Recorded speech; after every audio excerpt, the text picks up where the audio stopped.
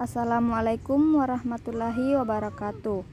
Perkenalkan, nama saya Priti Sinta dengan nomor induk mahasiswa 2002-22151. Baik, di sini saya akan menjelaskan mengenai salah satu contoh aset yang ada di Sinjai, yaitu Taman Purbakala Batu Pake Gojeng.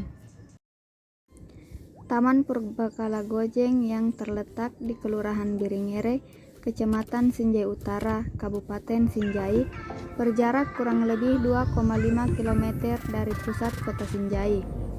Taman prasejarah Batu Pake Gojeng terletak di sebuah bukit berketinggian 125 meter dari permukaan laut. Suasananya yang sejuk karena dipenuhi pepohonan rindang, cocok sebagai tempat yang nyaman bersantai. Selain sebagai tempat wisata keluarga, juga sebagai tempat menikmati semilir angin seraya mempelajari jejak prasejarah ribuan tahun yang lalu.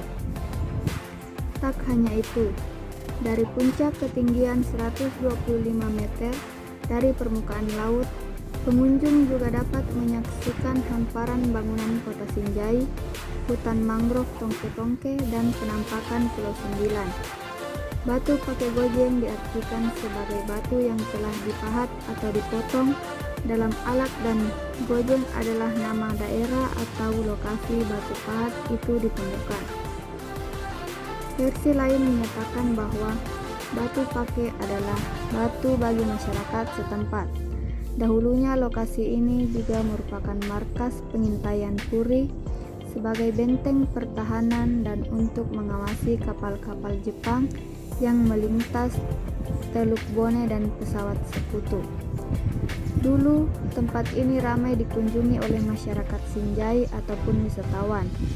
Bahkan taman pesisir Batu Pake Gojeng ini menjadi rujukan bagi pemerintahan Sinjai yang berfungsi sebagai taman alam di mana ketinggian geomorfologi dan budaya serta daerah sekitarnya pada umumnya. Namun sering berjalannya waktu, pengunjung ke wisata bersejarah ini perlahan mulai berkurang. Batu Pake Gojeng merupakan peninggalan purbakala yang terletak di perbukitan di pinggiran kota Sinjai. Pada masa air laut masih meninggi, berhubung perubahan permukaan yang lebih akibat pembekuan atau pencairan gunung es di kutub utara. Gojeng dahulu adalah pinggiran pantai dan merupakan pemukiman manusia menetap. Keberadaan Batu Pake Gojeng menurut sejarah dihubungkan dengan kepercayaan pada sebuah legenda yang menyebutkan bahwa La Malena kecil putra mahkota disiapkan oleh kedua orang tuanya selaku pewaris penguasa lokasi di tempatnya.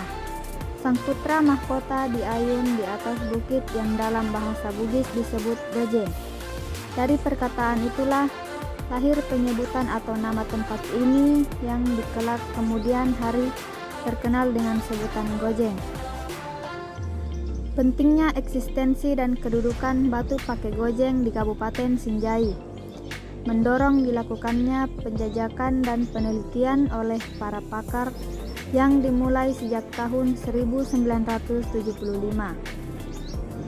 1 tahun kemudian setelahnya, penjajakan dan penelitian awal dilakukan, kemudian dilanjutkan dengan pembuatan studi kelayakan yang dimulai pada tahun 1976 sampai dengan 1977 dan menghasilkan gambar pemetaan.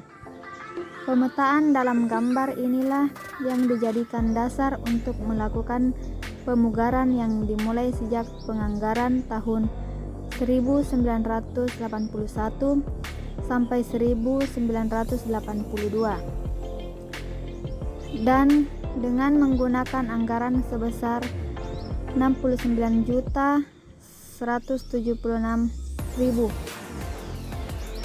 Berdasarkan deskripsi tentang latar belakang sejarah terbentuknya Batu Pake Gojeng sebagai awal mula aktivitas kehidupan atau sumber dari cikal bakal pemerintahan di Kabupaten Sinjai, serta dijadikannya sebagai tempat sakral bagi masyarakat setempat maupun dari daerah lain. Adapun fungsi Taman Purbakala sebagaimana pengertiannya adalah sebagai berikut. Yang pertama, sebagai alat komunikasi antara masa lampau dengan masa sekarang. Memelihara dan melindungi peninggalan sejarah dan purbakala dari segala kepunahannya. Karena hal ini berfungsi sebagai alat komunikasi antara masa lampau dengan masa sekarang. Sebagai sumber penelitian pendidikan, karena dengan adanya Taman Purbakala ini, maka berfungsi sebagai sarana penunjang pengetahuan sejarah dan arkeologi serta pendidikan lainnya. Yang kedua, sebagai sumber informasi, baik masa lampau maupun masa sekarang. Sebagai objek wisata, yakni dengan keberadaan Taman Purbakala ini dapat menambah pendapatan asli daerah, terutama jika para wisatawan tertarik mengunjungi tempat ini. Proses pelestarian peninggalan sejarah dan warisan budaya suatu daerah di samping karena mempertimbangkan teknik arkeologi maupun nilai historinya, juga didasarkan atas pertimbangan-pertimbangan landasan yuridis. Hal ini merupakan konsekuensi dari suatu negara Republik Indonesia sebagaimana dijelaskan dalam Undang-Undang Dasar 1945. Mungkin itu saja yang dapat saya sampaikan, lebih dan kurangnya mohon dimaafkan. Akhir kata, wassalamualaikum warahmatullahi wabarakatuh.